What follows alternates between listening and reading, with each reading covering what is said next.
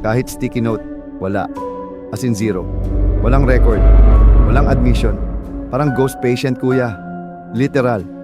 So sabi ko, bahala na si Batman. Punta ako sa room 611. Pagdating ko, locked yung pinto. Walang ilaw.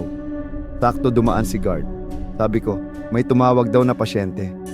Napatingin siya sa akin tapos sabi niya, "Ma'am, matagal nang walang pasyente sa room 611. Bata yung huling nakakonfine dyan. Dengue. Hindi na umabot. Tumatayo balahibo ko habang nagka-chart ako. At parang naramdaman ko, may nakatingin sa akin mula sa pinto. Balik ako sa station, double-check IVF ng lahat ng pasyente. Lahat, puno, walang paubos.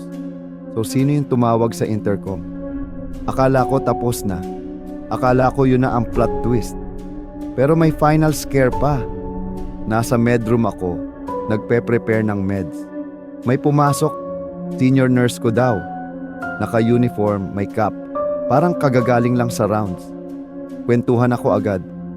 Ate, grabe may tumawag sa room 611 pero sabi ni Kuya Guard, tahimik siya. Napatingin ako. Wala na siya sa harap ko. Parang bula, Kuya Ken. Lumabas ako ng medroom halos mabulunan sa kaba. At ayun, yung tunay kong senior, kakalabas pa lang ng 603. So sino yung kausap ko sa loob? Kaya mula noon, lagi ko nang chinecheck kung may reflection o shadow yung kausap ko. Kasi sa ospital, hindi lang pasyente ang andun. May mga hindi na discharge. At Kuya Ken, kung sakaling marinig mo sa intercom, Nurse, mauubos na swero. huwag mong sagutin. O kung sasagutin mo man, huwag kang pupunta mag-isa.